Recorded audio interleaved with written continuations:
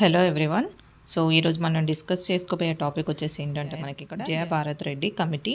Okay, so which is also known as officers committee. Okay, so ఏంటంటే తెలంగాణ మూమెంట్లో భాగంగా మనము ప్రీవియస్ క్లాసెస్లో చాలా క్లాసెస్ చేసాము. ఓకే, సో ఫ్రమ్ 1969 మూమెంట్ కావచ్చు, 1952 ముల్కీ ఎడ్యుటేషన్ కావచ్చు, ఏదైతే మనకి తెలంగాణ మూమెంట్లో భాగంగా ఏవైతే ఇంపార్టెంట్ టాపిక్స్ ఉన్నాయో that way previously discussed and uploaded in the YouTube channel అనమాట. సో ఒకసారి యూట్యూబ్ ఛానల్ విజిట్ అయ్యి ఆ క్లాసెస్ వినడానికి ట్రై చేయండి. ఓకే, సో చాలా హెల్ప్ఫుల్ కంటెంట్ ఉంటుంది which is a very very important for the upcoming exams అనమాట. ఓకే, సో ఇంకా డిలే చేయకుండా టాపిక్లోకి వెళ్ళిపోదాము. సో ఈరోజు టాపిక్ వచ్చేసి ఏంటంటే మనకి ఇక్కడ Jai Bharat Reddy committee. Okay, which is also known as officers committee. Okay, so ఈ జయ భారత్ రెడ్డి కమిటీ ఏదైతే ఉందో which was appointed in 1984. Okay, so ఈ జయ భారత్ రెడ్డి కమిటీ ఏదైతే ఉందో దీన్ని మనము ఆఫీసర్స్ కమిటీ రిపోర్ట్ అని కూడా అంటాం అనమాట. Okay, it was appointed in 1984 year important and officers committee report. Okay, so దీని యొక్క మెంబర్స్ చూసుకుందాం ఫస్ట్. సో మెంబర్స్ చూసుకుంటే ఏంటంటే జయభారత్ రెడ్డి ఎవరైతే ఉన్నారో okay, he's the chairman of this committee. Okay, ఈ ఆఫీసర్స్ కమిటీ ఏదైతే అపాయింట్ చేయబడిందో దాని యొక్క కమిటీ యొక్క చైర్మన్ చూసుకుంటే ఇక్కడ మనకి జయభారత్ రెడ్డి. ఓకే, సో దీనిలో యొక్క మెంబర్స్ చూసుకుంటే ఎవరంటే మనకి ఉమాపతి ఐఏఎస్ ఆఫీసర్స్ అనమాట, ఇంకా కమల్నాథన్, వీళ్ళిద్దరూ కూడా ఏంటంటే మనకి ఈ కమిటీలో భాగంగా మెంబర్స్గా ఉండడం జరిగిందనమాట. ఓకే, సో ఓకే, సో ఒక కమిటీ అపాయింట్ చేయడం జరిగిందని అర్థమయ్యింది and that was which year అని కూడా చూసాము అండ్ మెంబర్స్ కూడా చూసుకున్నాం కదా. సో మరి ఇది జయభారత్ రెడ్డి కమిటీ ఏదైతే ఉందో సో ఎందుకు అపాయింట్ చేయబడింది? Okay, so there should be some reason కదా ఫర్ అపాయింటింగ్ దిస్ కమిటీ. చూసుకుంటే ఏంటంటే సో మనకి తెలంగాణలో భాగంగా ఏదైతే మనము 1952 ముల్కీ ఎజిటేషన్స్ నుంచి చూసుకుంటే 1969 కొత్తగూడెం ప్రొటెస్ట్లో భాగంగా కావచ్చు, ఏదైనా కావచ్చు, ఫస్ట్ నుంచి ఏదైతే మనము non Mulki issue in employment విషయంలో ఏదైతే మనము లోకల్ పీపుల్ ప్లేస్లో నాన్ లోకల్ పీపుల్ ఎప్పుడైతే ఎంప్లాయ్మెంట్గా జాయిన్ అవ్వడం జరుగుతుందో అక్కడ ఏంటంటే ఇష్యూ ఫేస్ చేయడం జరుగుతుందన్నమాట. విచ్ వాస్ లోకల్ పీపుల్ ఎవరైతే ఉన్నారో వాళ్ళకి ఏంటంటే ఎంప్లాయ్మెంట్ విషయంలో చాలా ప్రాబ్లమ్స్ ఫేస్ చేశారనమాట. అంటే ఏంటంటే ఎవరికైతే లోకల్ పీపుల్కి రావాల్సిన జాబ్స్ ఏవైతే ఉన్నాయో that were filled by the non local people అనమాట. ఓకే, సో దీంట్లో భాగంగానే మనకి ఏంటంటే జెంటిల్మ్యాన్ అగ్రిమెంట్లో భాగంగా కూడా కొన్ని సేఫ్ గార్డ్స్ ఎప్పుడైతే మనకి తెలంగాణ అండ్ ఆంధ్ర టుగెదర్ మనకి ఆంధ్రప్రదేశ్ ఫామ్ అవుతుందని చెప్పుకున్నాము ఆన్ 1st November 1956. సో అక్కడ ఏంటంటే మనకి జెంటిల్మ్యాన్ అగ్రిమెంట్ని సైన్ చేయడం జరిగిందనమాట. Okay, so that was introduced as a notes on safeguard. Okay, so notes on సేఫ్ గార్డ్లో కూడా మన తెలంగాణ డెవలప్మెంట్ గురించి కొన్ని పాయింట్స్ చూసుకున్నాం. ఓకే, సో అవి కూడా వయలేట్ చేయబడింది. ఓకే, అలాగే మనకి ఏదైతే 1969 కొత్తగూడెం ప్రొటెస్ట్లో భాగంగా ఏదైతే GO 36 ఇష్యూ చేయడం జరిగిందో దట్ వాజ్ ఆల్సో కొట్టివేయడం జరిగిందనమాట. అంటే ఎప్పుడైతే సుప్రీంకోర్టు GO 36 ఎందుకు ఇష్యూ చేయడం జరిగిందనంటే ఎప్పుడైతే మనకి 1969 కొత్తగూడెం థర్మల్ పవర్ ప్లాంట్లో ఏదైతే మనకి ఏంటంటే ఈ under Andhra employment act of 1957లో భాగంగా ఎప్పుడైతే స్టేట్ గవర్నమెంట్ ఎప్పుడైతే మనకి ఏంటంటే నాన్ లోకల్ పీపుల్ని సెండ్ దెమ్ బ్యాక్ అని చెప్పేసి చెప్తుందో అప్పుడు ఒక మనకి కొత్తగూడెం ప్రొటెస్ట్లో భాగంగా దే అప్రోచ్డ్ సుప్రీంకోర్టు అనమాట. ఎవరైతే ఈ నాన్ లోకల్ పీపుల్ ఉన్నారో వాళ్ళు సుప్రీంకోర్టుకి అప్రోచ్ అవ్వడం జరుగుతుంది. అక్కడ ఏం చెప్తారు సుప్రీంకోర్టు మనకి ఏంటంటే ఈ GO 36 ఏదైతే మనకి ఓకే, సో ఈ GO 36 ఏదైతే ఉందో సో ఇట్ వాజ్ నల్లిఫైడ్ అని చెప్పేసి మనకి ఏంటంటే సుప్రీంకోర్టు ఈ GO 36ని క్యాన్సిల్ చేయడం జరుగుతుందన్నమాట. విత్ దాట్ ఏంటంటే ఎవరైతే మనం నాన్ లోకల్ పీపుల్ని సెండ్ దెమ్ బ్యాక్ అని చెప్పేసి ఏదైతే GO 36 ఇష్యూ చేయడం జరిగిందో దట్ వాజ్ క్యాన్సల్డ్ అనమాట. ఓకే, ఎప్పుడైతే సుప్రీంకోర్టు డిక్లేర్ చేస్తుందో ఈ GO 36 వాజ్ అన్కాన్స్టిట్యూషనల్ అని చెప్పేసి డిక్లేర్ చేస్తుంది. ఓకే, విత్ దాట్ ఏదైతే మనకి ఉన్న కొంచెం హోప్ ఏదైతే ఉందో ఓకే, ముల్కీ పీపుల్కి హోప్ పోవడం జరిగిందనమాట with cancellation of GO 36. Okay, so ఏదైతే ఈ GO 36 విచ్ వాస్ అన్కాన్స్టిట్యూషనల్ అని చెప్పేసి సుప్రీంకోర్టు డిక్లేర్ చేస్తుందని చెప్పాను కదా, that is on 29th March 1969. Okay. ఎప్పుడు జివో 36 వాజ్ అన్‌కాన్స్టిట్యూషనల్ అని డిక్లేర్ చేస్తుందనంటే మనకి 1969లో మనకి సుప్రీంకోర్టు 29th March 1969లో ఏంటంటే జివో 36 ఏవైతే యూనో ఆహ్, వాజ్ అన్‌కాన్స్టిట్యూషనల్ అని చెప్పేసి ఏదైతే కొంచెము నాన్ ముల్కీస్‌కి సెండ్ దెమ్ బ్యాక్ అని చెప్పేసి ఏదైతే జివో 36 ఇష్యూ చేయడం జరిగిందో that was declared as un unconstitutional in 29th March 1969. ఈ జివో 36 ఏదైతే ఉందో జెంటిల్‌మెన్ అగ్రీమెంట్ ఏదైతే ఉందో that was clearly explained and uploaded to YouTube channel. Okay. So ఒక్కసారి వెళ్ళి మీరు విజిట్ అవ్వండి. డెఫినెట్‌గా మీకు క్లారిటీ అనేది వస్తుంది. ఓకే. సో దాని తర్వాత ఆఫ్టర్ ఎప్పుడైతే ఈ జివో 36 క్యాన్సిలేషన్ అయ్యింది కదా! దాని తర్వాత ఏంటంటే మనకి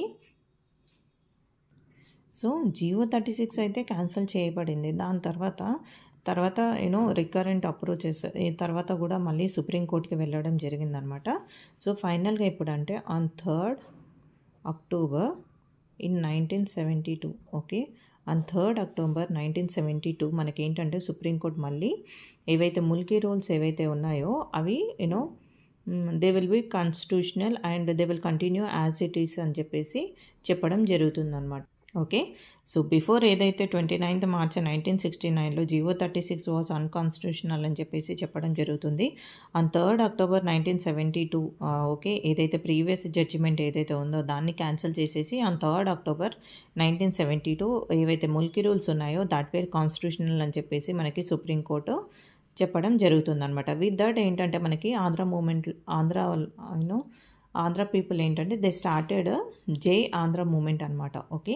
సో ఎవరైతే ఈ నాన్ ముల్కీస్ ఎవరైతే ఉన్నారో ఓకే. బికాస్ ఎందుకంటే ఏదైతే జడ్జిమెంట్ వచ్చిందో that was in supportive to Mulki అంటే లోకల్ పీపుల్కి సపోర్టివ్గా వచ్చింది. ఓకే. సో ఏంటంటే దీనివల్ల ప్రాబ్లం ఏంటంటే ఎవరైతే ఇప్పుడు నాన్ లోకల్ పీపుల్ ఎవరైతే ఎంప్లాయ్మెంట్లో ఉన్నారో వాళ్ళందరినీ రిమూవ్ చేయాల్సి వస్తుందన్నమాట. ఓకే. సో ఏంటంటే లూజర్స్ ఇప్పుడు ఆంధ్ర పీపుల్ ఎవరైతే ఉన్నారో వాళ్ళు ఏంటంటే ఇప్పుడు నాన్ ముల్కీస్ కాబట్టి ఇప్పుడున్న ప్రజెంట్ ఎంప్లాయ్మెంట్ ఆపర్చునిటీ ఏదైతే ఉందో అది వదిలేసి they were send back to their original native places అనమాట.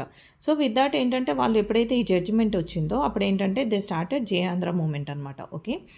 సో జై ఆంధ్ర మూమెంట్ స్టార్ట్ చేసినప్పుడు అప్పుడు మనకి ఇందిరాగాంధీ మనకు ప్రైమ్ మినిస్టర్ ఇందిరాగాంధీ ఎవరైతే ఉన్నారో ఓకే. తనేంటంటే ఇప్పుడు మనకి జై ఆంధ్ర మూమెంట్ ఈ Mulki non Mulki non local employment issue ఏదైతే ఉందో సో దాని యొక్క ఇంపాక్ట్ని తగ్గించడానికి షీ ఇంట్రొడ్యూస్డ్ 6 పాయింట్ ఫార్ములా అనమాట. ఓకే.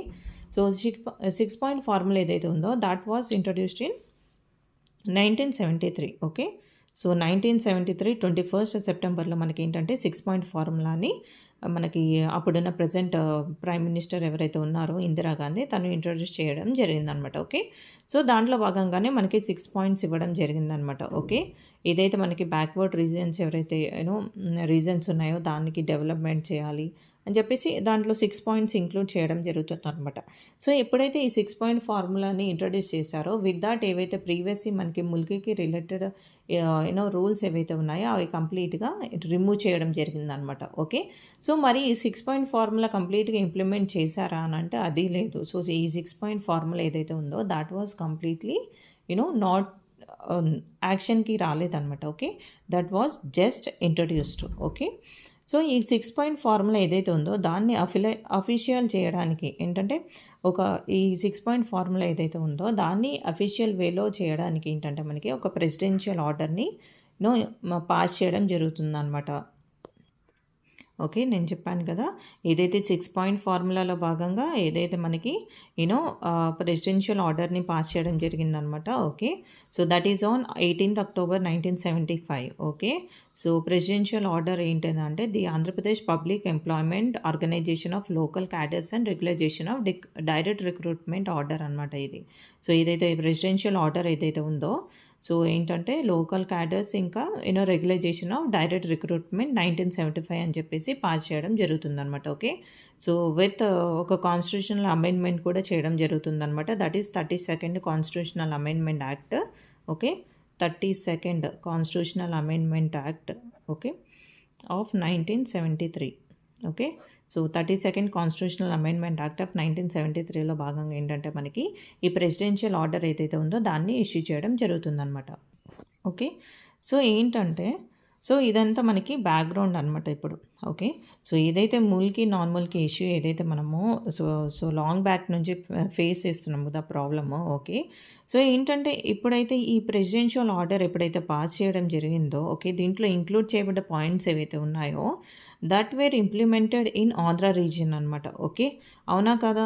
సో ఏవైతే ఆంధ్ర రీజియన్‌కి బెనిఫిషియల్ ఉన్నాయో ఈ ప్రెసిడెన్షియల్ ఆర్డర్‌లో భాగంగా so that were implemented in Andhra region. But ఏవైతే తెలంగాణ రీజియన్‌కి సపోర్టివ్‌గా ఉన్నాయో దట్ వేర్ నెగ్లెక్టెడ్ అనమాట. నెగ్లెక్ట్ చేయడమే కాకుండా ఏవైతే రిజర్వేషన్ పోస్ట్‌లో లోకల్ పీపుల్‌కి రిజర్వేషన్ పోస్ట్‌లు ఎవరైతే అలాకేట్ చేశారో వాటిని నాన్ లోకల్ పోస్ట్ కింద డిక్లేర్ చేస్తూ నాన్ లోకల్‌కి ఎక్కువ పర్సెంటేజ్ ఆఫ్ ఎంప్లాయ్‌మెంట్ ఇవ్వడం గానీ ఓకే. సో ఏదైతే ఇప్పుడు మనము లోకల్ పోస్ట్‌లో ఏవైతే కొన్ని పోస్ట్‌లు ఓపెన్ కేటగిరీ కింద రావాలో వాటినేంటంటే మనకి రిజర్వేషన్ కింద ఇవ్వడం అనమాట. అలాగేంటంటే లాట్స్ ఆఫ్ ఎంప్లాయ్‌మెంట్ ఆపర్చునిటీ ఏవైతే లోకల్ పీపుల్‌కి గ్రాంట్ చేశారో అవన్నీ లాస్ అవ్వడం జరిగిందనమాట. ఓకే. సో ఎప్పుడైతే ఓకే. నేను చెప్పాను కదా! ఏవైతే మనకి తెలంగాణ రీజియన్‌కి ఏవైతే మనకి ఏంటంటే ప్రెసిడెన్షియల్ ఆర్డర్‌లో భాగంగా ఏవైతే రూల్స్ దాంట్లో ప్రెసిడెన్షియల్ ఆర్డర్‌లో భాగంగా ఏవైతే rules that were benefited for the region of Telangana ఏవైతే ఇంప్లిమెంట్ చేయాలో దట్ వేర్ నాట్ ఇంప్లిమెంటెడ్ అనమాట. సో అప్పుడు ఏంటంటే మనకి తెలంగాణ ఎన్‌జీఓ అసోసియేషన్ ఏదైతే ఉందో ఓకే.